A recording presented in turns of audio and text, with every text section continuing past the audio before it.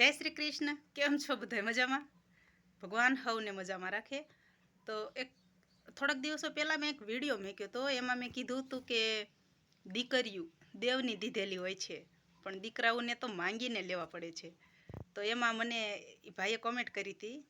એક ભાઈ છે બહુ સમજદાર છે. એમણે કોમેન્ટ કરી હતી કે બેન, હું તો મારા મા બાપનો દીધેલો છું, ભગવાનનો દીધેલો નથી.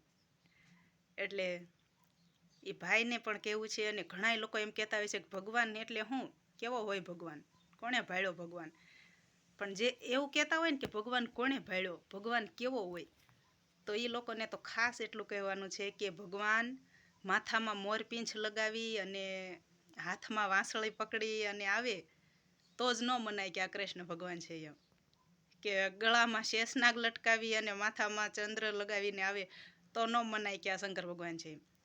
પણ જ્યારે આપણે ભીહમાં હોઈએ, આપણે કાંઈ પણ મૂંઝવણમાં હોવી અને જ્યારે કોઈ પણ વ્યક્તિ દ્વારા, કોઈ પણ વ્યક્તિ, અજાણી વ્યક્તિ દ્વારા કે પોતાના દ્વારા એ જ્યારે આપણી મૂંઝવણ દૂર થાય ને ત્યારે એમ માનવું પડે છે કે ભગવાને આ મૂંઝવણ દૂર કરાવી એમ. માણા અમુક કાંઈક કામ કરતા હોય ને તો એમ કે તારી માથે તને ભગવાન વહે એવું કર. એટલે ભગવાન કોઈ રૂપ છે એવું વાત અમે નથી કહેતા. ભગવાન છે જ તે. ભગવાનને માનવા જ પડે. કારણ કે હું એક એવું માણસ છું ને કે મને અનુભવ ન થાય ને ત્યાં સુધી હું કોઈને કાંઈ વાત ન કરું. એક દિવસ હું પોતે એવી મૂંઝવણમાં હલવાણી હતી ને કે આમ અગાઉથી 3 મહિના પહેલાંનું વાત હતી કે ભાઈ 3 મહિના પછી અમુક કાર્ય થશે એટલે અમે તમને સગવડ પૂરી પાડી દઈશું. પણ 3 મહિના વયા ગયા અને 3 દિવસ રહ્યા ને ખાલી, ત્યારે 3 દિવસ અગાઉથી જ ફડકો મનમાં બેસી ગયો હતો કે હવે ભગવાન શું કરશું એમ, હવે હું ક્યાંથી લાવીશ, કેવી રીતે આપીશ. પણ જ્યારે છેલ્લા દિવસે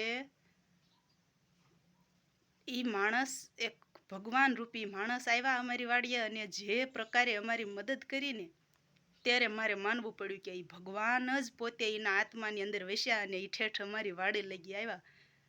બાકી જેની માથે વીતી ન હોય ને એને તો એમ જ થાય કે ભગવાન એટલે શું. પણ જેને ભગવાનનો અનુભવ થયો હોય, મૂંઝવણમાંથી દૂર નીકળ્યા હોય, એ જ માની શકે કે ભગવાન છે એમ.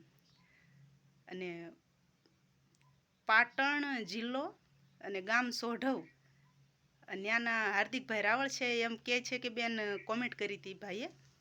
તો ભાઈ તમારો ખૂબ ખૂબ આભાર હાર્દિકભાઈ.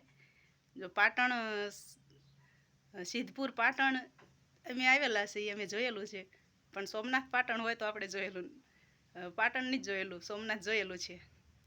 તો જો એ ભાઈએ, હાર્દિકભાઈએ લખ્યું છે કે ઘરના ઘાટ ગોતીને વાટ, એ કહેવત કહેજો બેન એમ. પણ ભાઈ આપણને નથી આવડતી, માફ કરજો હાર્દિકભાઈ, તમારી ઈચ્છા હું પૂરી ન કરી શકી કારણ કે મને નથી આવડતું. આવડતું હોત તો હું ચોક્કસ કહેત. અને જ્યારે આપણે મૂંઝવણમાં કાંઈ પણ હોવી અને અંતરમાંથી એમ થાય ને કે ભગવાન પૂરું કરશે, ભગવાન મૂંઝવણમાંથી દૂર કરશે, એટલે એ મૂંઝવણ આપણી દૂર થાય જ થાય. પણ એક વિશ્વાસની જરૂર છે, એક આત્મવિશ્વાસ રહ્યો ને એ આપણો મોટામાં મોટો ભગવાન છે. આત્મવિશ્વાસ રાખજો એટલે તમારા દરેક કામ સરળતાથી દૂર થઈ જશે. જય શ્રી કૃષ્ણ. ખુશ રહેજો.